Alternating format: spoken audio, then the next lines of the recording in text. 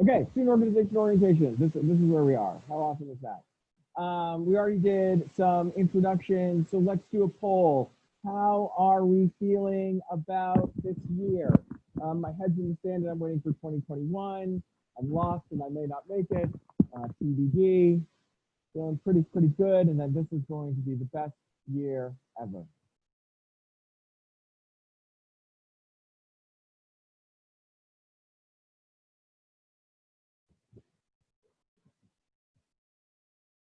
Okay, on the whole, not so bad. Um, I still don't even know where I am in terms of feeling about where we are. So we're gonna get there. So generally with student organization recognition, you really have to do two things for us. The first is to attend one of these meetings, yay, and then update your officers in my RIC for 2020, 2021, which many of you have already, so that's great. Um, and then also make sure you're representing yourself and the college well, and follow the instructions for student community governance recognition process. And then they will be having their presidents and treasurers meeting in a couple of weeks, which is a major piece of that. So why is recognition important? So you can attend events like Campus Activities Day, typically, but we'll still list you on the website. We're still going to help you as an office. Typically, you'd be able to reserve space and hold events. And then we give you a RIC email address. You don't need to use this address. The only place that we list it is on the student organization directory. Um, so you should probably check it from time to time. The login is the same as your RIC Rooms login. So if you need that, just private chat me at the end of this, and I can send it to you. Please do not change your passwords for your email, because once you have moved on and the next group of folks comes in and they come ask me for it, I don't know what it is if you've changed it, and I don't have the ability to change it myself. So if you could keep those the same. All right, so let's take a check-in and see how many members are we anticipating coming back this semester? So 4, 5 to 9, 10 to 14, 15 to 19, 20 plus.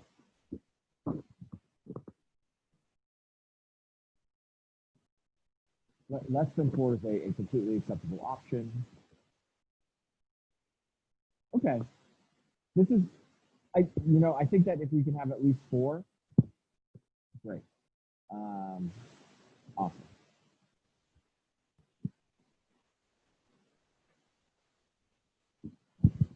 So, typically what we do is we talk about RIC Rooms and we go through a lot of RIC Rooms training.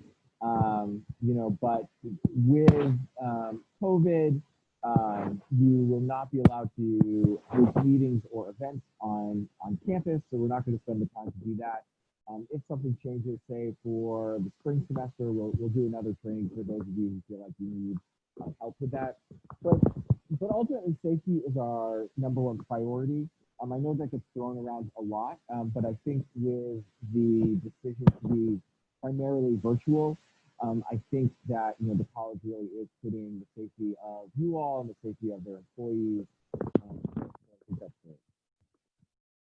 We are our number one, well, I guess our number two priority, right, is to keep our student organizations afloat. So in order to stay recognized through student activities, you will only need a president and one other officer and at least one faculty or staff advisor. And as long as you have those positions filled, you will continue to be recognized by student activities and get all of those benefits. Um, for student government, however, they're still going to require the 4 officers and an advisor for you to access any funds that you have. So just keep that in mind. The print shop is closed this semester. I'm not sure how many groups actually use that, but we do have a master price agreement with Regine Printing right down Killingly Street. So if you do need to get anything physically printed, you can go through them. Please excuse my roommate's cat. Um, they will charge the college, and it'll get diverted from your student government funds. So there is that option, but virtually, I'm not sure how many folks, how much printing you're actually going to need to do. So like I said, no on-campus events or meetings. The college is not funding trips. However, you still can have off-campus events, which is very exciting. And there is this list of regulations that you will need to follow if you want to have campus events off campus. Essentially, what this all boils down to is 1, good hygiene. 2, follow the state rules. 3, you cannot rent any kind of group transportation to go anywhere, but you're probably not all coming from the same place, so it makes sense for folks to drive themselves. And have your RIC ID on you. And then wherever you're going, make sure you're following whatever rules that they have in place. And then you'll all be good. I think that this could really be a good way for your groups to continue to connect, particularly while it's still nice outside. Take advantage of parks, take advantage of outside, anything that's happening, so that we can still see each other and still be doing things. Just know that the Providence Police are real serious about the number of college students in town. They're trying to avoid things like we've seen down in Georgia and North Carolina and Syracuse. So they will be issuing citations and or reporting to the college, any groups of risk students who are not complying with COVID measures. So please just keep that in mind as you're hosting these events and doing these events. Any questions about that?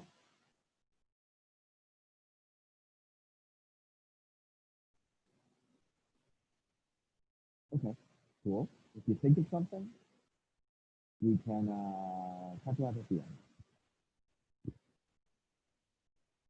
So what are we doing to help, right? So we certainly want to be helpful. So the first thing is that each group has a Microsoft Teams account. The president of the group got an email from me with that about a week or so ago. So the second to last week of August. And so with Teams, it acts as a platform to host video meetings. You can upload documents there. You can use it as a chat space, leave messages. It's pretty functional, and you can access this through the OneDrive. So where you log in to do your RIP email, Teams will be there. We put in an interest form on the student organization directory. I emailed some of you this morning. So students who are interested in joining your groups can fill that out, and I will connect them with you. Please get back to them so that they know that that you all are still functioning and doing things. We are collecting promo videos. So some of your groups did this for orientation already. If you want to use one for orientation, great, just leave it. If you want to upload a new one, or if you didn't have a chance to do that, please do so by September 8th. Since we won't be having an activity fair this year, what we're doing is uploading these videos to our YouTube channel and filtering lots of folks there. This is going to be shared with our RIC 100 class. So that all incoming students have to take that class, so they will have some level of exposure to any organization that uses to do these videos. They don't need to be super fancy. They can be, just a few minutes long, done on your phone or your laptop, but essentially just who you are, what types of things you do, how to get in contact with you, that sort of stuff. We are also going to help you with any advertising assistance for meetings, events on or off campus, any of that. But what we do need from you is a listing of the event name, the date, the time, the link, description, a flyer, and we can put it up on the website and on the RIC Campus Events Instagram. We've partnered with a number of offices across campus. So we're trying to filter students to this Instagram account and the campus events calendar on the student activities website, because as we know, the college doesn't have a great calendar for student events. So we're happy to help cross promote and help get anything out there that you want to, promote to the general student body. But the one thing that I ask is that, two things. First, you get this to me in advance, because I can only do some of this from my work computer, and I'm only going in about 1 day a week this semester. And then the second being, if anything changes, just let us know so we can keep things updated.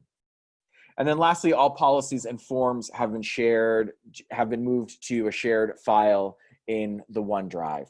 Now, if you are doing an off-campus event, there is an off-campus event form that we'll still need you to submit electronically, just so we know where the event is happening and when things are happening, so we can keep track of those things. Particularly if there happens to be an outbreak or anything, we can try to connect with as many people as possible. So let's do another poll. So how comfortable are you feeling about hosting virtual programs? Is this thing on? I've used Zoom before. We'll see, fairly confident, or all virtual all the time?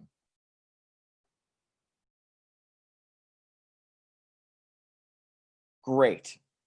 At least we've gotten on Zoom, and most of us are fairly confident. Good enough.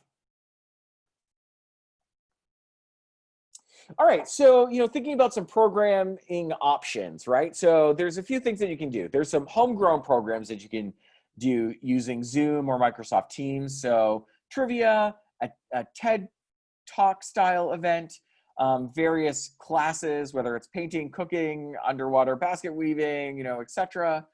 Inviting someone to come speak about a topic that is related to your group. Great.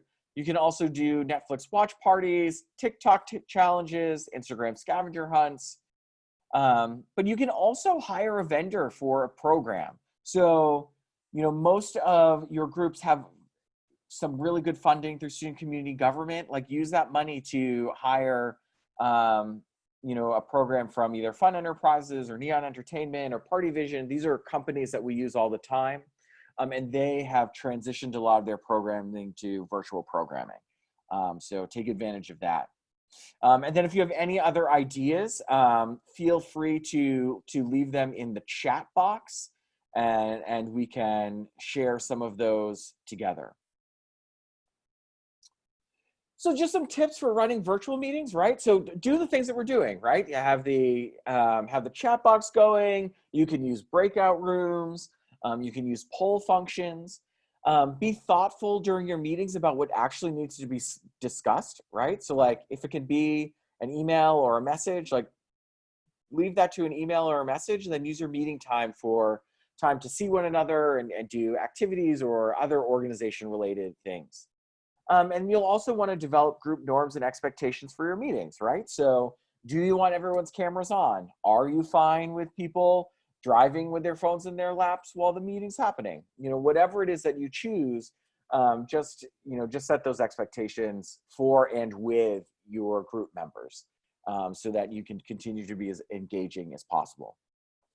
And just remember, lastly, that the experience that you're gaining from running meetings, like whether in person or virtually, are going to be invaluable when you apply for internships and jobs. We're seeing after this pandemic and during this pandemic, more and more folks are going to be working from home. And, a greater proportion of you are probably going to be working from home than in years past of folks who have graduated. So learning how to do this stuff and getting practice with using these programs will certainly be helpful. And one of the last major pieces that we want to talk about is accessibility, right? So accessibility is always important, but in a virtual space, it's even more important because there's not that face-to-face communication, and there's more distance between people not being on campus and being able to go to an office and ask for help, right? So it's helpful if you include an outreach statement on your advertising. And that can be as simple as, if you need to request reasonable accommodations for a disability, please contact whoever at least 10 business days in advance. But keep in mind that what is considered reasonable varies. So if you have any questions, you can connect with me or Disability Services about what might be reasonable. Student government will pay for a sign language interpreter. You just need to contact them 7 to 10 business days in advance. And if your group isn't recognized by student government, contact me and we'll see what we can do. Any images that you have, put in some alt text so anyone who's using a screen reader can read it. Be thoughtful about platform accessibility. In general, it seems that Zoom is more accessible. However, Teams seems to have a better auto captioning than Zoom does, but Zoom, it sounds like, is working on it. Caption any videos that you put up. You can do this through YouTube, or you can get it professionally done, and we can connect you with the third-party service that we use to get that done. Now that comes at a cost, but again, that's something that you should be able to pay with your student community government funds. So let's check in one more time.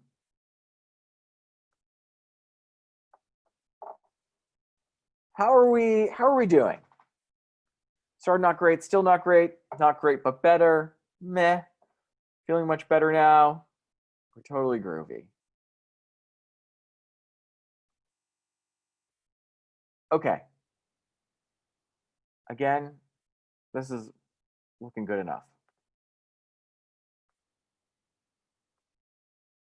So moving forward, please keep an eye on your email for any changes that might be happening. So the off-campus trips and events, it's really off-campus events, will require the off-campus event registration form, which you have access to in the OneDrive. And please contact me if you have any questions. But at this point, are there any questions that we want to get to? Hi, I just have a quick question. Yeah, sure. So for a new group, obviously I'm not familiar with how it all works, but yeah. So for a group to be recognized by the student community government, is there like a timeline for when that's supposed to be like finalized? Because political science club is going from the ground up. So is there a specific kind of due date as to when we're supposed to be recognized, or? That's a great question. Typically they do about mid-October, early to mid-October. But then there is also, the longer you wait in the semester to do that, the less funding you have from last year, or that's allocated for this year. So I'm not sure if Poli-Sci Club went in and got a budget approved for this year or not. But even if they didn't, there's still time this semester to do that. You will want to get in touch with student community government for all of those funding related questions. Thank you. Yeah, you're welcome. Marisol, I'm sorry. Just saw the note that you asked me to repeat something. What is it that you asked? Because I'm sure I just talked way too fast right through it. I think I was fine. Okay. I think yeah. Awesome. Great. Anyone else have any questions? All right. Cool. Well, thank you all so much for coming to hang out. I hope that your first couple days of class have gone well. I am here if you need help with anything. But besides that, we will hopefully see each other soon. I actually did have one quick question. Oh, sure. Casey, go ahead, my friend. I don't know how relevant this is for everyone else, but we have Gamer as an office Yes. in the student union, and I haven't really been to campus in quite a while. Yes. So I know usually we fill out the paperwork to re-up the office space, but I don't Yes. think we got to do it this year. So Right. do I have to worry about that? You don't have to worry about it. All offices for now are staying where they are. If you Okay. do need to access anything in your office, you need to coordinate that with Mark Paolucci. Okay. Yeah, I know. For at least the foreseeable future, there will be asymptomatic testing in the student union on Tuesdays and Fridays starting next week. So if I want to go, I should probably go on a Tuesday or Friday. No staff will be in the building. Oh, on other way Tuesdays and around. Fridays. Got it. Yeah. So Monday, Wednesday, Thursday are the days that you want to try to get in there and get in touch with him. Awesome. Thank you. Yeah, you're welcome. Any other questions? All right, great. Well, I hope you have a great rest of your evening and a great last part of the first week of class. And again, we will see you soon. See y'all later.